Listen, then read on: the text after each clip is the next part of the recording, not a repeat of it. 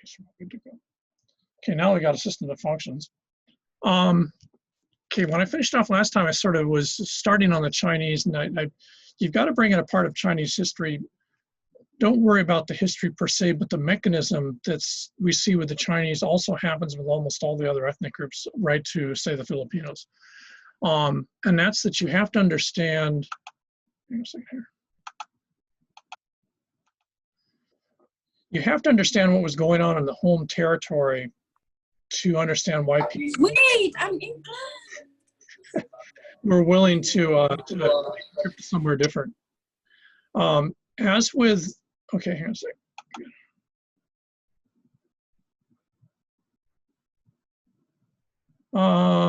No, we haven't really had too many videos in this class, except I think for the first one, the Dangerous Hawai'i or whatever the hell that was called. No, because we really haven't had too many videos. We're going to get more later when we get into more current groups, but there's not really even many good videos that would be relevant to this class on the earlier groups. Okay, okay, we do it over here. Oops. Over here. Okay. So when you're looking at these populations coming over, you have to remember it's within the context that these folks with basically no exceptions are rural. They're from rural areas and they have no life experience outside the rural area. For many of the groups, and certainly was true of the Chinese and the Japanese, they had never gone more than 20 miles from home in their entire life. So if you're Chinese and you live in one of those little villages around Zhongshan in Guangdong province in China, you maybe have visited 2 or 3 other villages around your villages in your entire life. But in your 16, 18, 22 years old, whatever you are, you've never gone any further. So your idea of someone different is literally someone who's walked 50 miles. You've never met anyone who's walked from 50 miles away. So you not only don't have any experience with folks that are totally different, i.e. different culture, you don't even have experience with folks outside your immediate radius. And it's really important to understand that the folks coming over here all had that shared experience. They were absolutely clueless about the fact that there even were different people in the world. So you can imagine if you get some guy who's basically recruited out of his village and he's going down to catch a ship in Guangzhou. So he's going to Guangzhou, he's going up the river, he gets on a ship in Guangzhou and he's sailing to Hawaii. From the moment he walks to that river, he's in a world he's never experienced before. Now, at least initially, everyone's still speaking Cantonese. So as far as you're concerned, they're totally normal. But if he gets up, when he gets up to Guangzhou, which even then was a huge city, he's going to hear a lot of people speaking Han Chinese. He's never heard anyone speak a different language. He's never seen anyone dress differently. He's never seen anyone act or behave differently. So you can imagine the shock when he looks at the ship he's getting on and it has European or American sailors or Hawaiians on it. He's dealing with aliens, but I mean aliens like 3 foot high, you know, colored green with glass on their heads type aliens.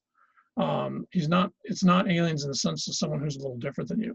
So these folks really, I don't know if I'd want to use the word unsophisticated, but certainly insular was incredibly true of the Chinese that came over here in the 19th century. It's also going to see it's true of the Japanese, the Koreans, or I should say the Okinawans. The Koreans, not more, that's a little more complicated.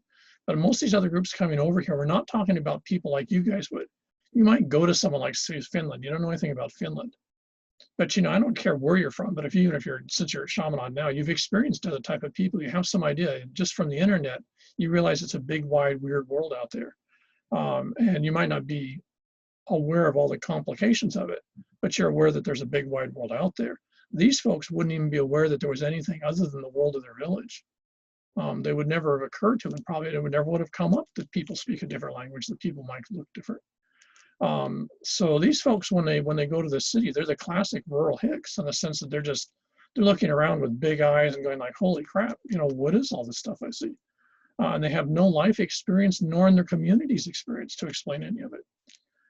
So when you're looking at Chinese society, or more accurately the Chinese that came here, you always have to remember that that's the bottom line. So if someone comes up to you and you've never seen them before and they say, hey, do you want to go work at a plantation in Hawaii? You have no idea what a plantation is. You have no idea what Hawaii is. You have no idea what the hell they're talking about. But then they say, oh, by the way, you're going to get paid X amount per month. The only part of that you understand is getting paid. So then migrating to Hawaii is not a choice where you have this dreamy expectation, this wonderful place that's paradise and people dance hula and do all this stuff and I can get this great job and raise a family. What you have is basically you're being shipped off to Mars. And you have no idea what you're getting into. No one's explaining anything. And so when those folks get off the boat, if they get off the boat in Lahaina, for example, they're going to work at Pioneer Mill. They're clueless to an extent that I think would really be hard to find today. You'd be very hard put to find populations that have absolutely no cognizance of the rest of the planet in the way that folks did normally in the late 19th century. You have to remember that's only 140 years ago. So we're not talking like 800 years ago. It's not that long ago. But the populations that were brought over here, and that's one of the reasons you could hire them so cheap, is because they had no idea what the hell they were getting into. So they didn't even know the questions to ask. They didn't even know the ramifications of saying, okay, in terms of what all that means.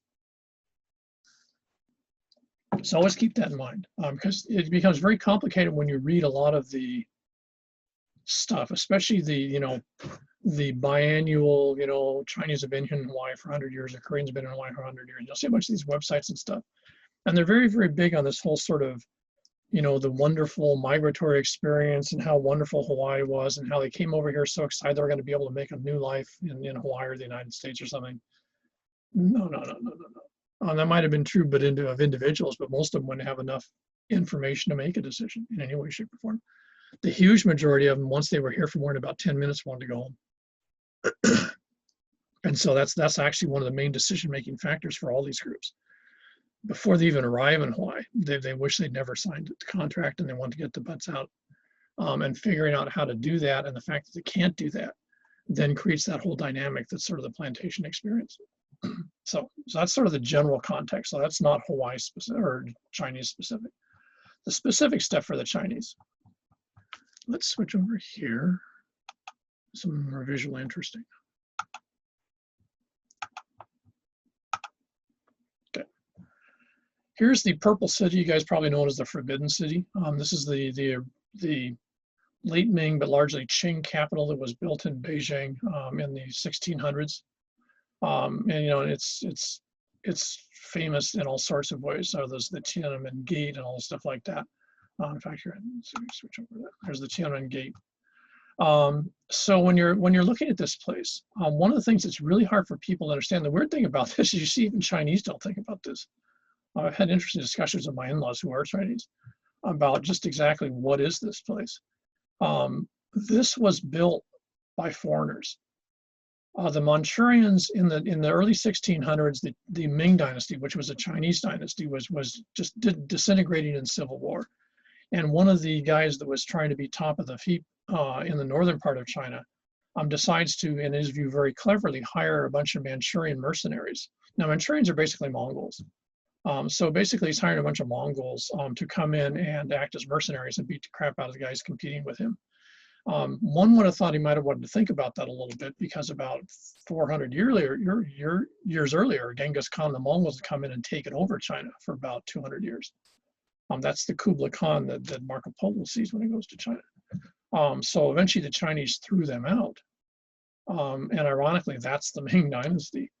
So the guys at the end of this dynasty, after a couple hundred years, are perfectly willing to turn around and hire the very same guys that they spent at huge effort and bloodshed chucking out of the country because they're not Chinese. The Mongols are very proud of the fact they're Chinese. In fact, they don't think much of the Chinese. So these foreign mercenaries come in and they got a boatload of attitude. And they immediately start kicking everyone's butt. First, they wipe out the guys that he wants them to wipe out. Then he decides he's going to cheat him by not paying him, which is sort of dumb when you realize this is an army and you decide, oh, sorry, folks, my debit card maxed out. I won't be able to pay you this week. These are the guys with all the sharp-edged weapons. And so not surprising, the first thing they do is they whack him. And they look around and they think, hey, man, China's a lot nicer. It's a lot warmer. There's a lot more food. There's a lot more stuff here. This is a hell of a lot more fun than going back home, which is, if you know anything about Manchuria, that's basically the southern edge of Siberia. So if you have a choice between somewhere fairly warm that has nice seasons and you want to go back up to Harbin, for example, where a friend of mine is from, which gets to minus 30 for 2 or 3 months in the winter, you're going to be thinking, well, let's see, there's Harbin here, and then there's Beijing here. And it's sort of like, why would I be stupid enough to want to go back here when I can now have this because I now beat the crap out of everyone who tell me no? So the Manchurians take over China. And they take over China. They keep it there from basically, I think, 1611 to 1911, just something exactly 300 years. So in the whole period that the Europeans are interacting with the Chinese, they're actually not interacting with the Chinese. They're interacting with a conquering force of Mongolians who control China for this period. And this is why they build things like this. This is the Great Hall of, I can't remember which hall this is. This is one of the places the emperor would sit and make judgments about everything that happened in China. But in Qing Dynasty China, everyone in this building is going to be speaking Mandarin. They're not going to be speaking Chinese. Chinese wasn't allowed in the Forbidden City, except unless you're outside of the imperial court. The imperial court were all Manchurian by blood. They all spoke Manchurian. And if you ever see, soap operas from that period, those outfits are the outfits that you wear in Manchuria and Mongolia. The coiled hair and the whole sorts of stuff like that is very much Mongolian style outfits. And even the type of clothes you wear, the type of shoes you have, everything is Mongolian. And they were very adamant that if you were Mongolian Manchurian, you couldn't wear Chinese outfits because you had to constantly remind everyone, especially the Chinese, that you had conquered them. So the Chinese were under foreign rule till 1911. And so in that context, the entire period of migration here from the south, from Guangdong province, from Canton region, is of Chinese who are part of a subject population, subject to foreign rule. So among other things about that man is the guys running this place were not particularly concerned about what you did to Chinese. Another part is in a rather odd way, which sort of makes sense if you know anything about Manchurians, is they decided once they'd taken over China, that they wanted to make sure that Chinese were constantly reminded that basically the Manchurians used to call them dogs. So here you've got, the Manchurians controlling the world's largest population under their foot, as it were. And so what they did is they required that the Chinese do several things. And these have now become stereotyped in what we think of as Chinese looks. They forced Chinese men to wear little round pillbox hats, which you can still buy these in Chinatowns. It's a little round hat, usually black with brocade in the front, a little tassel on top. In Manchuria, babies wear those. So they made Chinese men, upon pain of death, wear a baby hat when they went outside. They also made Chinese men, upon pain of death, never cut their hair. So you have your hair in a queue going down the back, the braided queue that becomes such a stereotype of the Chinese, especially for the yellow peril guys in the US mainland. That was required. The Manchurians made the Chinese do that. Manchurians didn't wear long hair. Manchurians cut their hair fairly short. Traditionally in Chinese society, men wore their hair long down, below the shoulder, but it wasn't braided, and then they would cut it. In fact, you could have short hair. So if you go back and look at earlier period outfits, you suddenly realize that the Chinese look was totally different than the enforced Manchurian look. And the Manchurians did that because they wanted the Chinese to remember every time they got up and went outside, that they were not people, they were children. And the only true people were the Manchurians who had conquered them, who didn't dress like them and wouldn't let the Chinese dress like the Manchurians. So when the Chinese are coming over here, they're not coming over here as part of a civilization that controls their own destiny. They're basically, a subject population. And I suppose in some ways you could say they're sort of a colonial population in that regard. And that's important to understand because otherwise, otherwise this all plays out really doesn't make a hell of a lot of sense. Let's see, let's switch over here actually.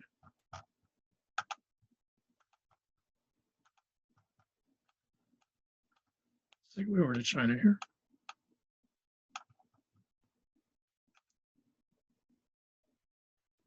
Now from literally the day of the Manchurians, here's China here.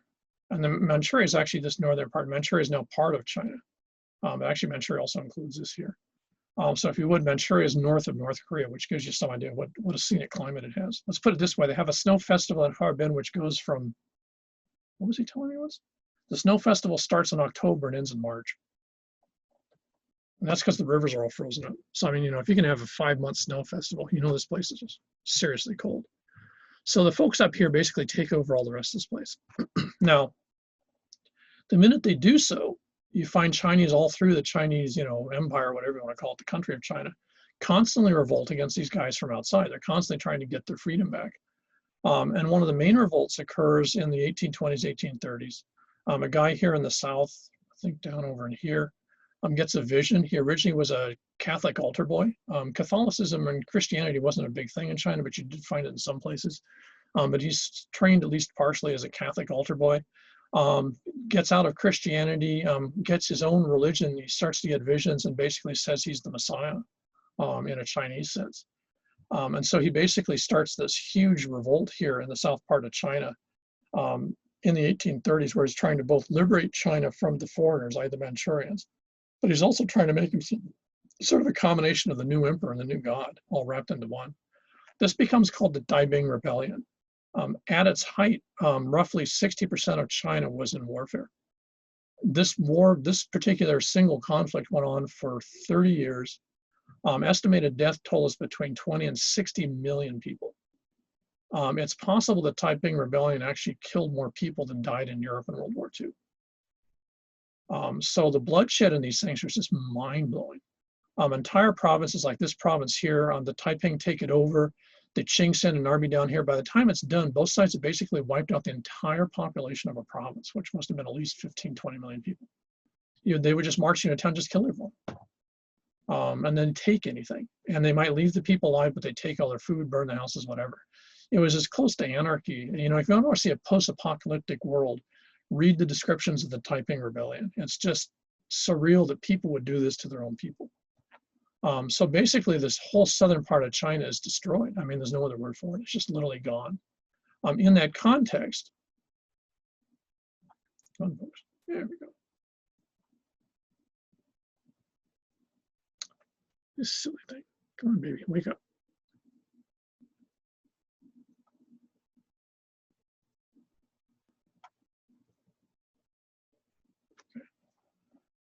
Okay. Here's Zhongshan here. This is new phonetic pronunciation, but still called Zhongshan. This is where the Chinese that end up in Hawaii come from. Now, if you notice, it's very close to Hong Kong. Guangzhou used to be called Canton. So this area here is where all these folks came from. It's still a very, very large city. I don't know how many folks Zhongshan has in it, but it's probably got to be around 1 million. And so what happened is with that Taiping Rebellion, this was in the middle of all that mess. So this is one of those places that has armies marching across it. People are being wiped out all the time. And the entire population is in a total panic. There's basically no government. It is total anarchy. And in fact, you can still go through this area now. And when you drive out to Zhongshan, you can actually see all these little stone towers that families would put up next to their house, which basically were a last refuge. So when whatever the bad guys came, and you didn't know because there were like 3 or 4 different groups of bad guys. There might be the pro-government bad guys, the Taiping bad guys. There might be just some other group that because it's Thursday, I'm going to be a bad guy. And a lot of these were huge. The British here in Hong Kong point out that one of the groups roaming through here had 80,000 men in it. So you have an 80,000 man bandit army. So if you're some village of a couple hundred folks, you're screwed. I mean, there's absolutely nothing you're going to do to stop these guys. It's this motive that gets families to send their children to Hawaii.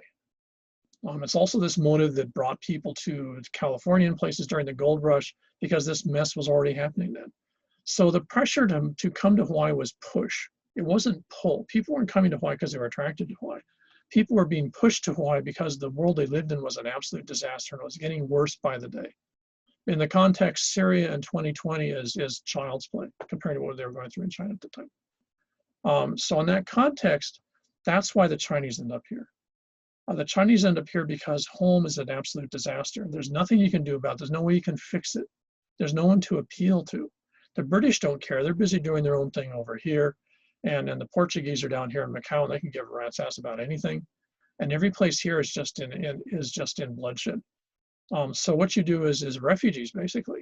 You come to Hawaii, and what you do is your main and your only goal, the only reason you're here in Hawaii, is to send money back to the family that goes to a Hong Kong or a Macau bank so the family can walk down here, get money, and buy food and survive because there is absolutely no way to make a living in Zhongshan or anywhere else in China at the time. So that's the migration. The reason for migration was real simple. It's your obligation to the family as such that you're being sent to some foreign land where no one knows anything about it because you're the only chance that the family has to not die of starvation this winter is if you send money back. That's the motivation of the Chinese here. And in that context, then all of a sudden, a lot of the decisions they make and the choices they make, I think, a lot more sense. If you want to think about it, that then all of a sudden makes a hell of a lot of sense. The Chinese would walk off a plantation when they realize that the way the plantation's set up, by the time they use the plantation store, they've got no money left to send home. That's their only reason for being here. They're not here to, you know, buff up because they've got a nice, you know, physically defined body because they work in the plantation mills. They're not here because they want sun. They're here to send money back home. And if anything stops that from happening, then they're going to desperately look for somewhere else to make that happen. So in that context, that's why the Chinese end up here. And this is actually the model for almost all the groups that follow them. People come here in desperation, and almost invariably because they have to help family. And that's, then all the decisions they make a lot of sense. Okay. Now, one of the interesting aspects about that is that when you look at the Chinese, they and the Portuguese, who come around the same time, also end up as sort of a model for the groups that follow them. Because you have to remember, all these people are, you know, so seriously unsophisticated. And so if you're Japanese, you can show up here and say 1881, and there's some Chinese guys who've been here for 4 or 5 years by then. You know, you guys speak a little pidgin, so you might get some idea of understanding a little bit of what they're up to or what they're doing. You notice they've all left the plantation. They're all, you know, planting crops up in country Maui or and outside the mill or something like that.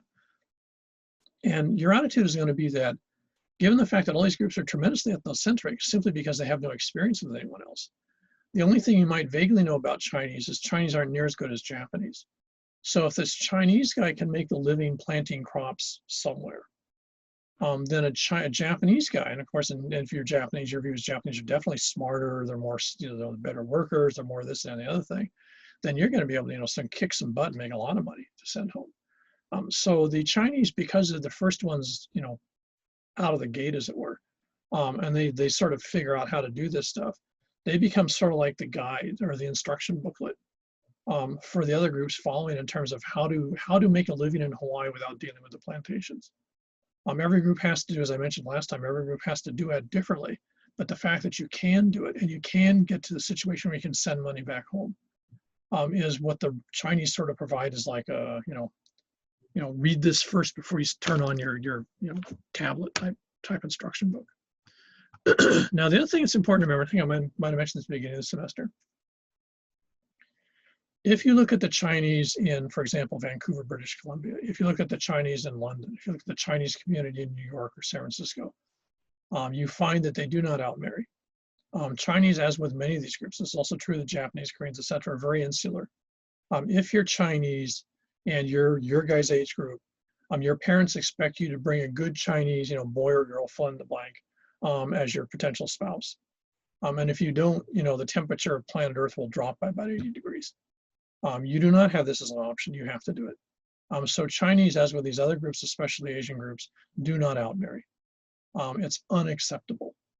Chinese in-marry even third generation in places like San Francisco or New York or especially Vancouver, British Columbia, to the rate of about 92% or something like that. So only about 8% outmarry.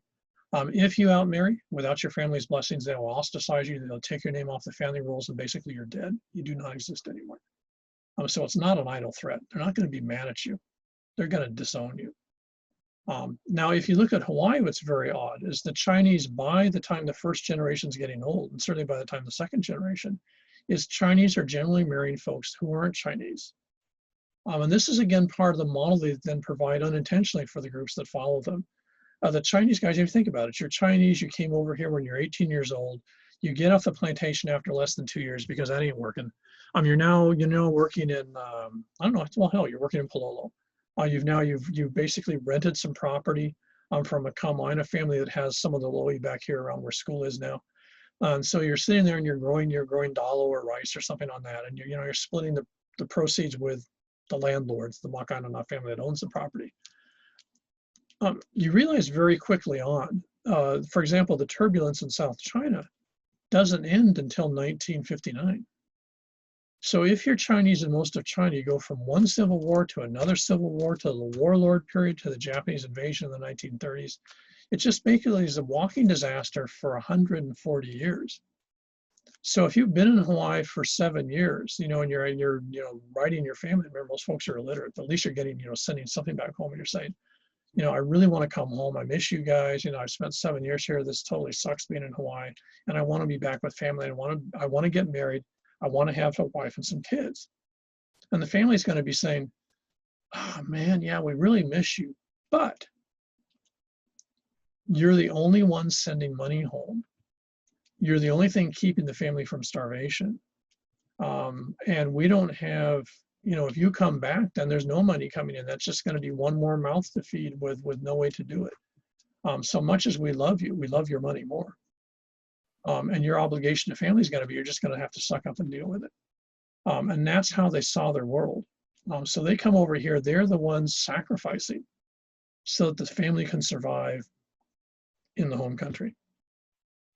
Now, if you think about that, if you're now, we'll say that Jared's now 30 years old, and he's been here for 10 years. He hasn't been on the plantation for, since the year or two. So he's now working in fields. He's now 30 years old. You have to remember the lifespan in Hawaii, as in most of Asia, was basically about 35 or 40. So don't take this wrong, because you guys don't have to worry about it. But he's only got, he sees a clock ticking. And he doesn't feel that he's old. He's getting older. But he really wants to have a family, because having a family, especially having sons, is absolutely critical. Because in Asian societies, and this was true also in Europe, there was no social welfare system. If he gets old, the only people who are going to take care of him are his family. Now, that doesn't include his landlords. They're only interested in him as long as he can work the fields. So he needs a family, because if he wants to get old and watch, assuming it starts up again Sunday Night Football, though I don't think it's going to be the Titans playing, he's going to have to find someone that's going to do that for him. And the only way he's going to do that is get married and have kids. And so he starts to look around. Chinese girls running around. And besides, the family is 6,000 miles away. But so by the time he writes them and gets an okay back to him and try to describe what the lady looks like, he's going to be like 95 years old. So if he's looking for a spouse, he looks around, and the most obvious choice is going to be the Hawaiians that he's already working for, or the other Hawaiian families living in Palolo. Because by virtue of the diseases and various other aspects, especially measles that was hitting the Hawaiians, is what you find is there was a very strong divergence between male and female populations. The female population was significantly larger statistically than males. In other words, there were more women than there were men. And so what you've got is a fairly large population of Hawaiian women who are unmarried. And as far as the Hawaiians are concerned, they look at him and they think, yeah, he isn't Hawaiian, but on the other hand, he's a hard worker. Look at this, he's been doing all this, and now we're making money out of this. We got a pretty decent house now, all because of his hard work. So given the fact Hawaiians aren't particularly interested in where you're from, it's just, would you be a good family member? They're more than willing to embrace him as a member of the family. So if he wants to get married, they're like, yeah, okay, yeah, marry our daughter. We don't care. And this is why you end up with the first of the Hapa populations, and these are the Hawaiian Chinese. But unlike, or I should say the second, because the first, of course, would be the Kama'aina, but those are basically New England or British Anglos marrying Hawaiian chiefs. The Chinese are the first population where it's Chinese, or I should say Cantonese from Zhongshan, marrying Makainana families. So if you know a family that's Chinese Hawaiian, it's almost guaranteed the Hawaiian side of the family is not someone who was the high chief of the island of Maui, for example. The family might like to think so, but it's almost guaranteed that they were just Makainana. And that's the population that's married. It makes sense for both sides. Now he's got a family, because he's not only got a family that he's now got a wife and maybe he'll have kids, but he's now got a set of in-laws. So he's now got a group that will take care of him when he gets old. From the Hawaiian standpoint, now they've massed up and they've increased their family with a guy who's a hard worker, has a good work ethic, and obviously is very, very committed to family, because the whole reason he's there is sending money back to a family in China. Now, one of the side effects of that is his kids, he and his wife's kids, will still, in many cases, carry the obligation to send money back to China. I know in my Hanai family that third generation are still, they're not now, but we were till the 1980s, sending money back to relatives in China, in Zhongshan, to help the family out. So they'd been sending money back from 1878 till pretty much 1982 or something like that, I think. But so in that context, that's the relationship with family. It actually went through multiple generations. So that's the Chinese system. And because they did the outmarriage and it worked, again, if you're this Japanese guy and it's 5 or 6 years later, you're looking at Jared and his group of Chinese, and you're thinking, damn, You know, these guys not only are making a pretty good life out of that, yeah, they're working hard, but they're making money. They've got a family and they've got kids. And if they get old, they've got a place to hang out. And, you know, he's looking at himself, he's maybe 23 years old, and he's Japanese, thinking like, oh man, you know, I'm in the same situation. I can't go home. I need to send money back home. And so this context is what drives the following groups. And this is one reason why, unlike any place else on the planet, the populations that intermarry here do not intermarry outside of Hawaii. Chinese still outmarry about 65 or 67%. Japanese outmarry about 45 to 55%. Japanese outside of Hawaii outmarry about 3%. Koreans, Okinawans outmarry to a maximum. I think Okinawans are probably the most striking. I think something like 90 or 85% outmarry. So what you get is these groups outmarry. If you look at these same populations from the same area in other parts of the planet, they don't. They marry within their own group. So this makes Hawaii very, very unique. And this is why so many of you probably are a result of that. You've got a mixed background that's a result of folks out marrying outside of their ethnic group. And if you were born somewhere else, it's a good bet you would not, well, you wouldn't, I don't know if, I guess you wouldn't be you. Your background, your family background history would be different. So if you think about this, then the really big thing is what we call push-pull factors in migration. Push factors are reasons you have to leave a place. So right now, for example, there was an article a couple of days ago that the state's saying that there's going to be an outmigration of folks in your guys' age group because there aren't a lot of jobs here. You know, and so therefore, you know, the next 5 years, people are going to leave Hawaii when they're looking for better paying jobs because the jobs don't exist here. That's a push factor. On the other hand, if, you know, all of a sudden we end up with some new high-tech industry here and they're hiring and people move to Hawaii because the jobs are here, that's a pull factor. It's important to remember that for the plantation period, it was almost entirely push factors. The necessities where people were from made Hawaii, in many cases, the only option that was available. But they didn't want to be here, they didn't like it here, and they wanted to go home. And you can see this because classically, when you look at these groups, what you find is sort of the 1/3 rule.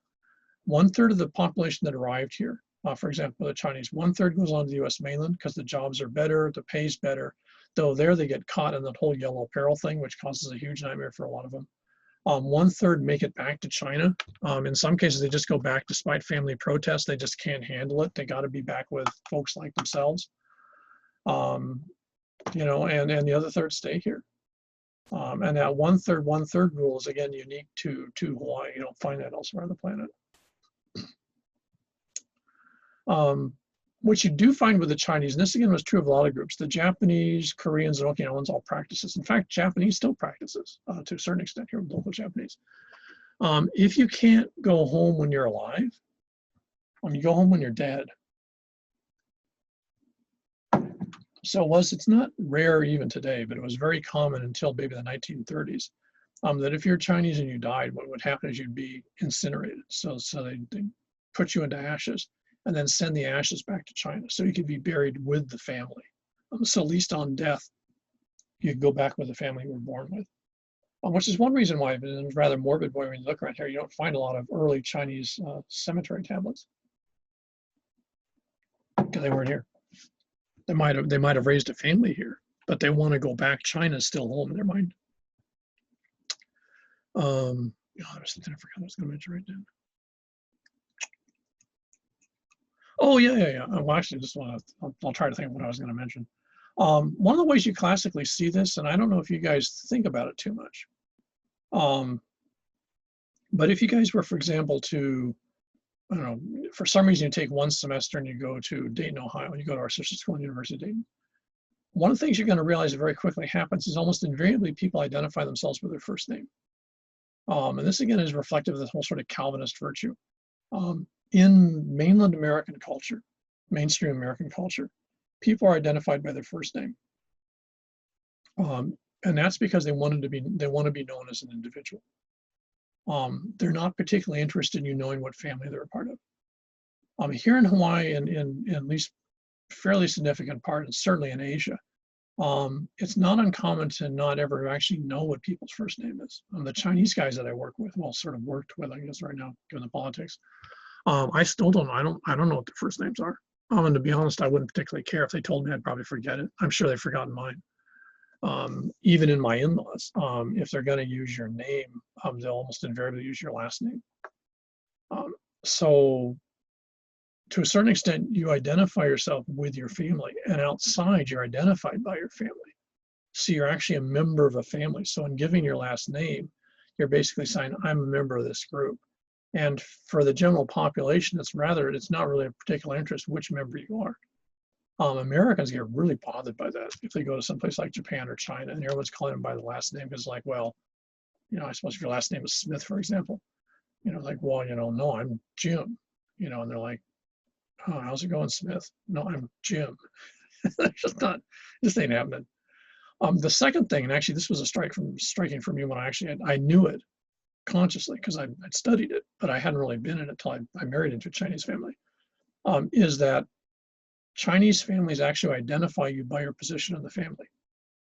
So for example, for my nieces and nephews who actually are all the way into their 30s, I'm called Jern Jern, which in Cantonese means, from those particular individuals, means uncle on my mother's side of the family.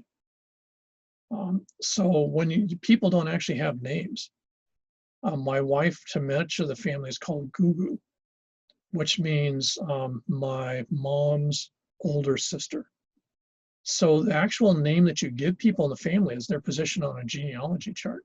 Now what this means is that I've got 2 or 3 different names. Jern is the one I usually remember, the other ones I sort of forget.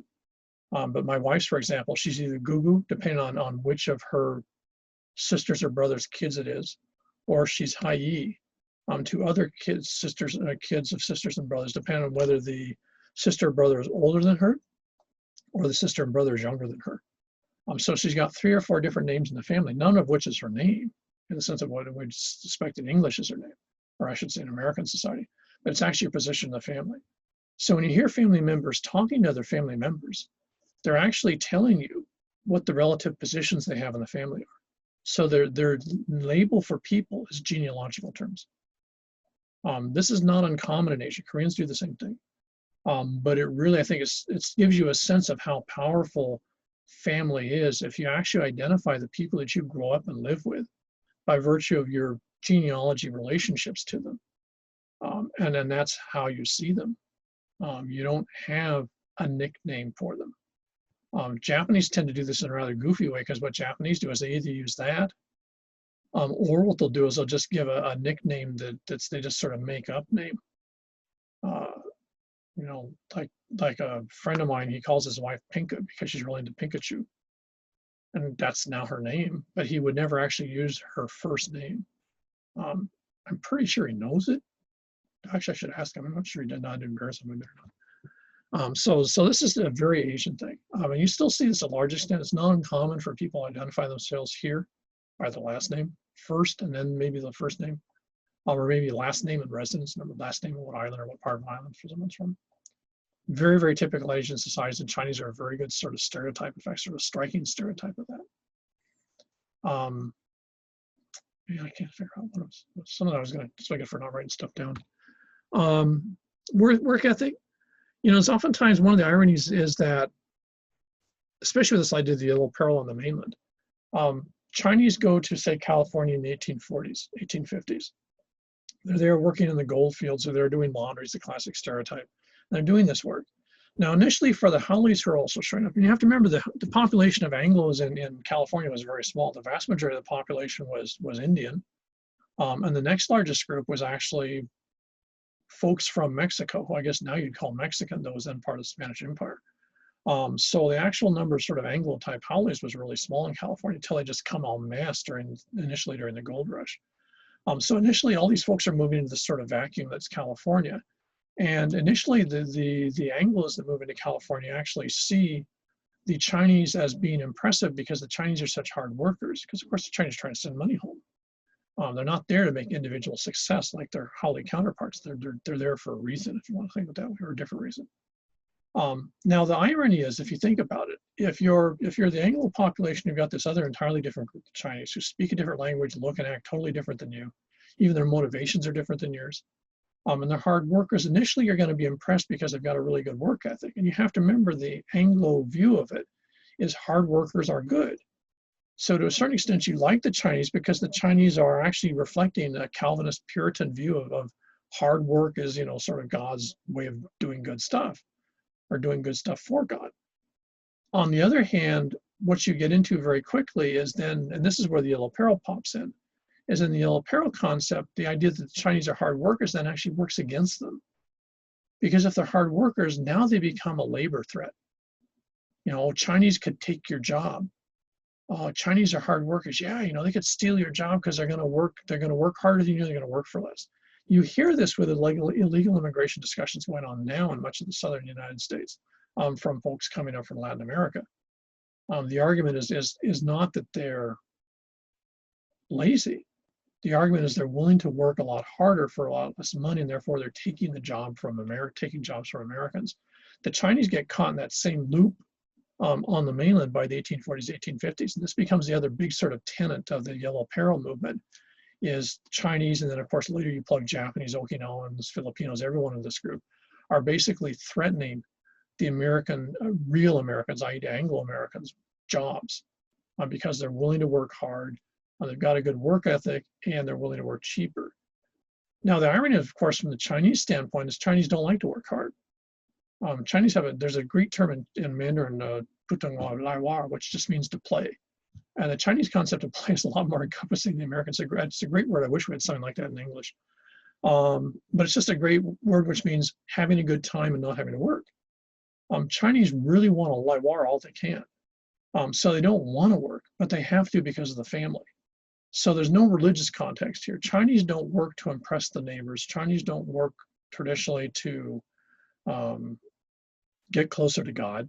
They don't have a theological component. Chinese work because they have to, because that's what the family makes them do. And because they're part of the family, that's how you contribute to the family, by working hard. And I certainly see this with my in-laws. They're classically, stereotypically Chinese. They're workaholics. But they're workaholics not because they're Christian, because they're not. They have really fancy houses, and that's because they've worked really hard and they picked up that part of the American thing. But the reason they have the fancy houses is they want to brag to everyone about how successful the family is. So in fact, they have two. And in most cases, most of the family actually lives within a cluster of buildings around each other. So it's actually a family compound sort of, which is very typical in Chinese society even today. So that's very, very much the Asian logic. You don't have the idea of individual consumption. You might have conspicuous consumption, but it's family-based conspicuous consumption. Because if someone finds out who you are, they're going to find out what your last name is. They're not going to know who your first name is. So you're basically, if you have good stuff, you're saying your entire family has good stuff. Likewise, if you screw up, your entire family gets trashed. And this is why in Asian society, you find that gossip is such a deadly mechanism. The recent suicides in Japan of the real famous actresses and stuff, in all cases are based on social media gossip, which not only impacts those individuals, especially those ladies, but also impacts everyone else in their family that has the same last name. So what you find if you deal with Chinese, if you go to Chinatown, or if you talk to Japanese, stuff like that, gossip is a huge way that you control people. You do not control people by law. You do not control people by threat of God, by theology or religion. You control people through gossip, which is one reason why with Asian societies, Weibo and QQ and WeChat and Snapchat and TikTok and all that type of stuff are the ways that you make sure that people behave. You don't have other ways that you need to do it, because people are deathly afraid if they screw up, it's going to be all over the social media and the family's name is going to be attached to it. At that point, they're toast. So families are deathly afraid of gossip. Families spend a huge amount of time worrying about gossip and trying to control the image that they present. And that's how you sanction and control people. That's how you keep people following norms. You don't use the mechanisms that we use in the United States. You're not going to threaten people. I'm going to call the cops. What you would do is, if you're dealing with a Chinese or a Japanese or Okinawan or other families, you'd say, "Oh, I'm going to text everyone," and then you'd actually, do a short video that shows a family arguing. And the minute that hits the media, boom, you're never going to have to call the cops. So gossip and the fear of the family image, which is oftentimes called face, or Guanzi, is really, really central to the Asian control of behavior, unlike the mechanisms you tend to find, for example, say Anglo-American society. And on one hand, I suppose maybe they're more effective because money isn't going to make any difference. In fact, money works against you in some cases. The more you have, the more people are going to gossip about you. On the other hand, of course, then just as you guys are totally familiar with, people can make up totally malicious fake stories, and you can literally have nothing but nonsense written about you, and yet everyone believes it. So your family name is totally trashed through nothing you actually did. And this is the huge nightmare for Asians. The huge nightmare in Asian societies is gossip, and it's mind-blowingly powerful. I don't know how to describe. I mean, anytime we have a family dinner, well, we don't now, but when you have family dinners in a Chinese family, you sit around the big table together at a restaurant. That's 90% of the discussion is either occasionally talking about other families, though my in-laws are real good about not doing that. But they spend most of their time discussing all the stories that people have told them about our family, and how they're going to deal with it. And that just takes up a massive amount of their time, which I think to regular sort of mainstream Americans would be like, why would you care what someone says about your cousin? What difference does it make? Well, in Asian society, it does make a difference. So let's see. Oh yeah, that's the last thing I mentioned. In Chinese society, one of the interesting aspects of this, and this you see this a lot with the guys coming over here. So you get a bunch of guys. We'll say that all of you are now on the boat. I don't know why, but you all got recruited. You're all coming out of these little villages in Zhongshan. You have no idea what's going on. You just have like clueless tattooed on your forehead. You sort of bring a new meaning to fresh off the boat. So you all sort of kerplop down here in Hawaii. Now, no one else here speaks your language. We'll say you're the first group on a plantation. So the only folks that you can talk to, at least initially, are the folks from the area around you. Now, they're not from your village. They're from villages around you. But because you're from the same area, you might have heard of one or two persons' villages, or you might know someone who originally came from there. So you're going to start interacting with each other. And you're going to find that you either have some of the same last names or similar last names. There's some sort of a social network of relationship. What Chinese are very, very big on doing is they build up what you might call fictive, what are oftentimes, at least in anthropology, called fictive kin. Now, if you remember, I mentioned this before when I was talking about clans. In Chinese society, your last name is actually a clan. So if you're part of the Zhongs, for example, which is one of the really big Chinese groups, everyone who has the last name Zhong is actually seen as being sort of conceptually related to each other. Now, there's got to be at least 300,000 Zhongs just in Xi'an, the city of Xi'an. So there's got to be literally millions. So we'll just say hypothetically there's 20 million Zhongs in China, and I think it's probably low. In that, all those people are actually seen as related. In fact, my sister-in-law told me once that there's actually over 80 million Wus, which I think is the largest family name in the world. So everyone with the last name Wu is actually related to everyone else with the last name Wu. They're all part of a clan, which is sort of mind-blowing. Now, what that means, if we'll say that three of you actually have the last name of Wu, and you're from these villages and you find yourself working on the same plantation, on one hand, you don't know each other. You don't even know each other's villages. But because you have the same last name, you're going to gravitate to each other. And very quickly, what you're going to do is you're going to start to replicate the family that you left behind in China. So if Angelica is the oldest one, you're going to start calling her older sister. If I don't know who else, if Josephine's the youngest one, the other ones start calling her younger sister.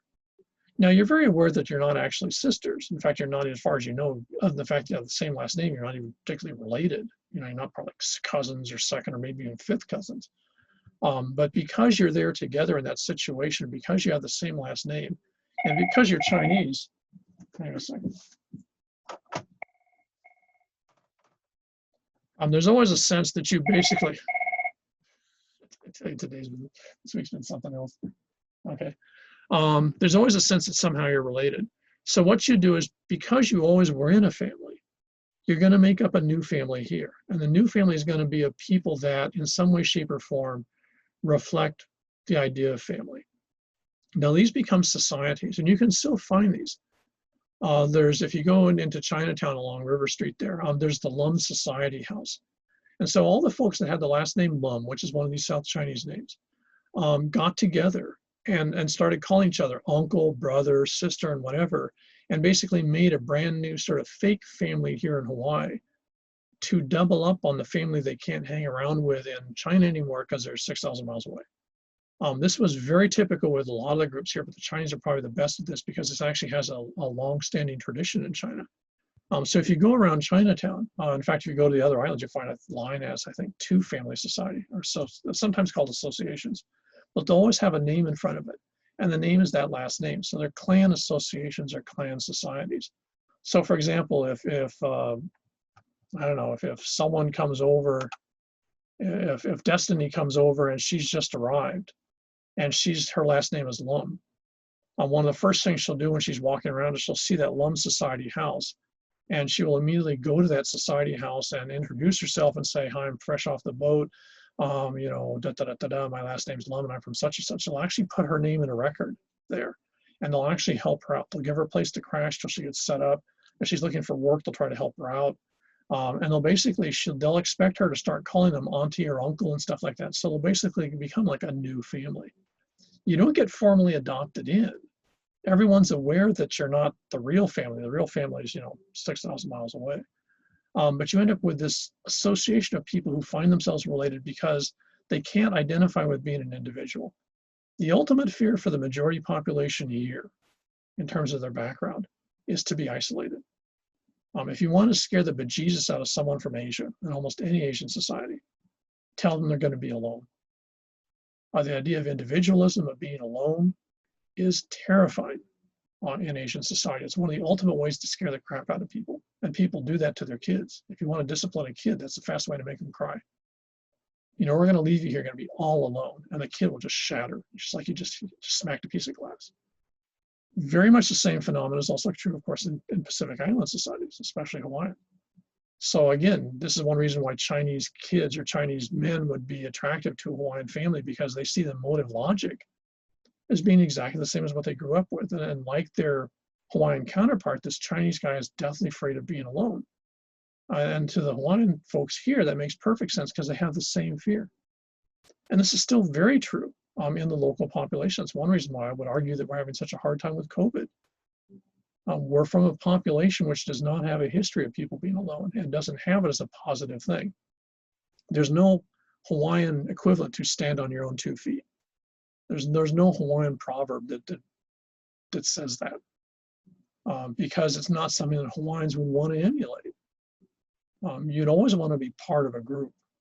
You'd always want to be part of a team. Part of this or part of that. You always want to be part of something.